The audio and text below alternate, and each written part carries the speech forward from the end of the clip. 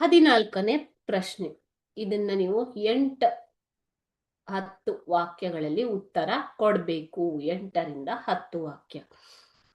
1857ರ ದಂಗೆಯ ವಿಫಲತೆಗೆ ಕಾರಣಗಳೇನು ಅಂತ ಕೇಳಿದ್ದಾರೆ. ಸೊ 6ರಿಂದ 8 ವಾಕ್ಯಗಳಲ್ಲಿ ಉತ್ತರ ನೀಡಬಹುದು. ಓಕೆ, ಈ ಪ್ರಶ್ನೆ June 2020, June 2022, September 2022, April 2024, June 2024, April 2000, August 2024, April 2025, June 2025. 1, 2, 3, 4, 5, 8 ಪ್ರಶ್ನೆ ಪತ್ರಿಕೆಗಳಲ್ಲಿ ಕೇಳಿರುವಂತಹ ಪ್ರಶ್ನೆ ಇದು ಮಕ್ಕಳೇ. ನೋಡಿ, 1857ರ ದಂಗೆಯ ವಿಫಲತೆಗೆ ಕಾರಣಗಳೇನು ಅನ್ನುವಂಥದ್ದು ಮೋಸ್ಟ್ ಇಂಪಾರ್ಟೆಂಟ್ ಕ್ವಶನ್. ಓಕೆ, 6ರಿಂದ 8 ವಾಕ್ಯಗಳಲ್ಲಿ ನೀವು ಉತ್ತರವನ್ನ ಬರಿಬೇಕು ಇದಕ್ಕೆ.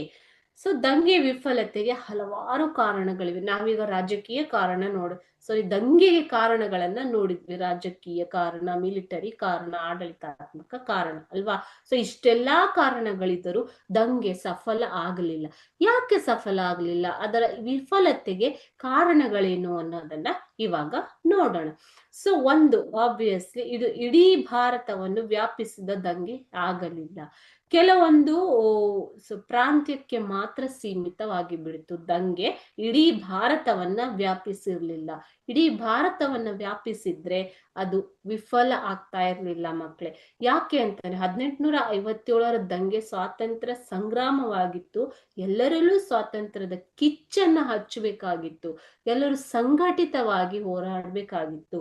ಸ್ವಾತಂತ್ರ್ಯ ಎಲ್ಲರ ಕನಸಾಗಿತ್ತು ಅಲ್ವಾ. ಸೊ ಇಷ್ಟಾದ್ರೂ ಕೂಡ ಅದು ಇಡೀ ಭಾರತವನ್ನ ವ್ಯಾಪಿಸಲಿಲ್ಲ. ಅದು ಒಂದು ಕಾರಣ ವಿಫಲತೆಗೆ. ಅದೇ ರೀತಿ ಇದು ದೇಶದ ಬಿಡುಗಡೆಗಾಗಿ ನಡೆದದ್ದಕ್ಕಿಂತ ಹೆಚ್ಚಾಗಿ ನಾನು ಹೇಳಿದಾಗೆ ರಾಜ ರಾಣಿಯರ ಸ್ವಹಿತಾಸಕ್ತಿ ಮತ್ತು ಹಕ್ಕಿಗಾಗಿ ನಡೆದ ಹೋರಾಟ ಆಗ್ಬಿಡ್ತು. ಓಕೆ, ಎಲ್ಲಾ ಸಂಸ್ಥಾನಗಳು, ಎಲ್ಲ ಅಂತ ಹೇಳಕ್ಕಾಗಲ್ಲ, ಕೆಲವೊಂದು ಸಂಸ್ಥಾನಗಳು ಅಥವಾ ರಾಜ ರಾಣಿಯರು ತಮ್ಮ ಸ್ವಹಿತಾಸಕ್ತಿಗೋಸ್ಕರ ನಡೆಸಿದಂತಹ ಹೋರಾಟವಾಗಿ ಮಾರ್ಪಡ್ತು. ಓಕೆ, ಸೊ ಇದು ಏನಾಗ್ಬೇಕಾಗಿತ್ತು? ದೇಶದ ಸ್ವಾತಂತ್ರ್ಯಕ್ಕಾಗಿ ನಡಿಬೇಕಾಗಿತ್ತು. ಆವಾಗ ಇದು ಯಶಸ್ವಿ ಆಗ್ತಾ ಇತ್ತು. ಹಾಗಾಗದೆ ಇದು ಸ್ವಹಿತಾಸಕ್ತಿಗೆ ನಡೆಸಿದ ಹೋರಾಟವಾಯಿತು. ಮೂರನೇದಾಗಿ ಇದು ಯೋಜಿತ ದಂಗೆಯಾಗಿರದೆ ಅನಿರೀಕ್ಷಿತ ಕಾರಣಗಳಿಂದ ಪ್ರೇರೇಪಿತವಾಗಿತ್ತು. ನೋಡಿ, ಕೆಲವೊಂದು ಘಟನೆಗಳು ಅದಕ್ಕೆ ತಕ್ಷಣದ ಕಾರಣ ಆಗ್ಬಿಡ್ತು. ಉದಾಹರಣೆಗೆ ತುಪಾಕಿಗೆ ಒಂದು ಕೊಬ್ಬನ್ನ ಸವರಿದ್ದು, ಪ್ರಾಣಿಗಳ ಕೊಬ್ಬನ್ನ ಸವರಿದ್ದು. ಅದೇ ರೀತಿ ಮಂಗಲ್ ಪಾಂಡೆ ಬ್ರಿಟಿಷ್ ಅಧಿಕಾರಿಯನ್ನ ಕೊಂದಿದ್ದು. ಭಾರತೀಯ ಸೈನಿಕ ಮಂಗಲ್ ಪಾಂಡೆ ಬ್ರಿಟಿಷ್ ಅಧಿಕಾರಿಯನ್ನ ಕೊಂದಿದ್ದು. ಅದೇ ರೀತಿ ಇನ್ನು ಬೇರೆ ಬೇರೆ ಕಾರಣಗಳು. ಓಕೆ, ಸೊ ಆ ಕಾರಣಗಳಿಂದ ಅನಿರೀಕ್ಷಿತವಾಗಿ ದಂಗೆ ಏಳೋದಿಕ್ಕೆ ಒಂದು ಪ್ರೇರಣೆ ಆಯಿತು. ಹೀಗಾಗದೇನೆ ಎಲ್ಲರೂ ಯೋಜನೆ ಮಾಡಿ ಒಂದು ಸಂಘಟಿತವಾಗಿ ಮಾಡಿದ್ರೆ ಅದು ವಿಫಲ ಆಗ್ತಾ ಇರ್ಲಿಲ್ಲ.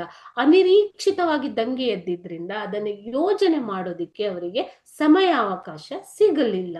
ಓಕೆ, ಇದು ಮೂರನೇ ಕಾರಣ. ಅದೇ ರೀತಿ ಬ್ರಿಟಿಷರ ಸೈನಿಕರಲ್ಲಿನ ಒಗ್ಗಟ್ಟು ಮತ್ತು ಭಾರತೀಯ ಸೈನಿಕರಲ್ಲಿದ್ದ ಭಿನ್ನತೆಯು ದಂಗೆಗೆ ವಿಫಲತೆಗೆ ಕಾರಣವಾಗಿದೆ. ಇಲ್ಲಿ ಬ್ರಿಟಿಷ್ ಸೈನಿಕರಲ್ಲಿ ಆ ಒಂದು ಒಗ್ಗಟ್ಟಿತ್ತು, ಆದರೆ ಆ ಒಗ್ಗಟ್ಟು ಭಾರತೀಯ ಸೈನಿಕರಲ್ಲಿ ಇರಲಿಲ್ಲ. ಇಲ್ಲದೆ ಇದ್ದರಿಂದ ದಂಗೆ ಏನಾಯ್ತು? ವಿಫಲವಾಯಿತು. ದಂಗೆಗೆ ಸೂಕ್ತ ಮಾರ್ಗದರ್ಶನ ಮತ್ತು ವ್ಯವಸ್ಥಿತ ಸಂಘಟನೆಯ ಕೊರತೆ ಕೂಡ ಉಂಟಾಯಿತು. ಒಬ್ಬ ಪ್ರಭಾವಿ ನಾಯಕ ಇದ್ದು ಆತ ಸೂಕ್ತ ಮಾರ್ಗದರ್ಶನ ನೀಡಿದರೆ ದಂಗೆ ದೇಶವ್ಯಾಪಿ ವ್ಯಾಪರಿಸ್ತಾ ಇತ್ತು. ಅದೇ ರೀತಿ ವಿಫಲ ಕೂಡ ಆಗ್ತಾ ಇರ್ಲಿಲ್ಲ. ಇದು ಒಂದು ವಿಫಲತೆಗೆ ಕಾರಣ ಆಯಿತು. ನೆಕ್ಸ್ಟ್, ಭಾರತೀಯರಲ್ಲಿ ಯುದ್ಧ ತಂತ್ರ, ಸೈನಿಕ ಪರಿಣಿತಿ, ಸೂಕ್ತ ಸೇನಾ ನಾಯಕತ್ವ ಮತ್ತು ಶಿಸ್ತು ಮುಂತಾದವುಗಳ ಕೊರತೆ ಇತ್ತು. ಯುದ್ಧ ತಂತ್ರ ಅಂತಂದ್ರೆ ಪ್ಲಾನ್ ಮಾಡೋದು, ಸ್ಟ್ರಾಟಜಿ ಮಾಡೋದು. ಓಕೆ, ಸೊ ಅದರಲ್ಲಿ ಭಾರತೀಯರು ನಿಪುಣರಾಗಿರ್ಲಿಲ್ಲ. ಭಾರತೀಯ ಸೈನಿಕರು ಪರಿಣಿತಿಯನ್ನ ಹೊಂದಿರಲಿಲ್ಲ. ಅದೇ ರೀತಿ ಸೂಕ್ತ ಸೇನಾ ನಾಯಕತ್ವ ಒಂದು ಬಹುಮುಖ್ಯವಾಗತ್ತೆ ಯಾವುದೇ ಯುದ್ಧಕ್ಕಾಗ್ಲಿ ಸಂಗ್ರಾಮಕ್ಕಾಗ್ಲಿ ಅಲ್ವಾ. ಇಲ್ಲಿ ಸೇನೆಯಲ್ಲಿ ನಾಯಕತ್ವ ಬ್ರಿಟಿಷರಿಗೆ ಕೊಡ್ತಾ ಇದ್ರು ಅವರು. ಭಾರತೀಯ ಸೈನಿಕರಲ್ಲಿ ಆ ಒಗ್ಗಟ್ಟು ಇಲ್ಲದೆ ಇರೋದ್ರಿಂದ ಅವರು ತಮ್ಮಲ್ಲೇ ಒಬ್ಬ ನಾಯಕನನ್ನು ಆಯ್ಕೆ ಮಾಡಿಕೊಳ್ಳಲಿಲ್ಲ. ಸೊ ಶಿಸ್ತು ಕೂಡ ಇರಲಿಲ್ಲ. ಇವೆಲ್ಲ ಕೊರತೆಯಿಂದಾಗಿ ದಂಗೆ ವಿಫಲವಾಯಿತು. ಅದೇ ರೀತಿ ಹೋರಾಟಗಾರರಲ್ಲಿ ನಿಶ್ಚಿತ ಗುರಿ ಇರಲಿಲ್ಲ. ನಿಶ್ಚಿತ ಗುರಿ ಏನಿರ್ಬೇಕಿತ್ತು ಮಕ್ಕಳೇ? ಹೋರಾಟಗಾರರಲ್ಲಿ ಭಾರತದ ಸ್ವಾತಂತ್ರ್ಯವೇ ಒಂದು ಗುರಿ ಅಂತ ನಿಶ್ಚಿತ ಗುರಿ ಇರಬೇಕಾಗಿತ್ತು. ಆದರೆ ಹಲವು ದೇಶೀಯ ಸಂಸ್ಥಾನಗಳ ರಾಜರು ಏನ್ ಮಾಡಿದ್ರು? ಬ್ರಿಟಿಷರಿಗೆ ನಿಷ್ಠೆಯನ್ನ ತೋರಿದರು. ಅವರು ಸಿಪಾಯಿಗಳಿಗೆ ಬೆಂಬಲ ನೀಡಲಿಲ್ಲ. ಸೊ ಇದರಿಂದ ಹೋರಾಟ ಯಶಸ್ವಿ ಆಗಲಿಲ್ಲ. ಓಕೆ, ಸೊ ಭಾರತದ ಸ್ವಾತಂತ್ರ್ಯ ಸಂಗ್ರಾಮ ಅಂದ್ಮೇಲೆ ಎಲ್ಲರಿಗೂ ಗುರಿ ಏನು? ಭಾರತಕ್ಕೆ ಬ್ರಿಟಿಷರಿಂದ ಸ್ವಾತಂತ್ರ್ಯ ಕೊಡಿಸುವುದು. ಬಟ್ ಹಾಗಾಗದೆ ಇಲ್ಲಿ ಹಲವು ದೇಶೀಯ ಸಂಸ್ಥಾನಗಳು ಇಷ್ಟು ಹೋರಾಟ ನಡೀತಾ ಇದ್ರು ಕೂಡ ಹಲವು ಸಂಸ್ಥಾನಗಳ ರಾಜರು ಬ್ರಿಟಿಷರಿಗೆ ನಿಷ್ಠೆ ತೋರಿದ್ರು. ಅವರು ಸಿಪಾಯಿಗಳಿಗೆ ಬೆಂಬಲ ನೀಡಲೇ ಇಲ್ಲ. ಸೊ ಇದರಿಂದ ಹೋರಾಟ ವಿಫಲವಾಗೋದಿಕ್ಕೆ ಕಾರಣ ಆಯಿತು.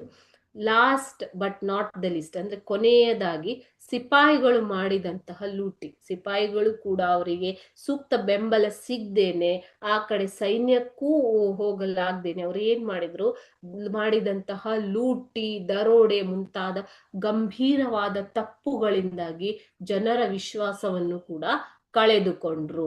ಸೊ ಇದೆಲ್ಲ ಒಟ್ಟಾಗಿ ದಂಗೆಯ ವಿಫಲತೆಗೆ ಕಾರಣ ಆಯಿತು.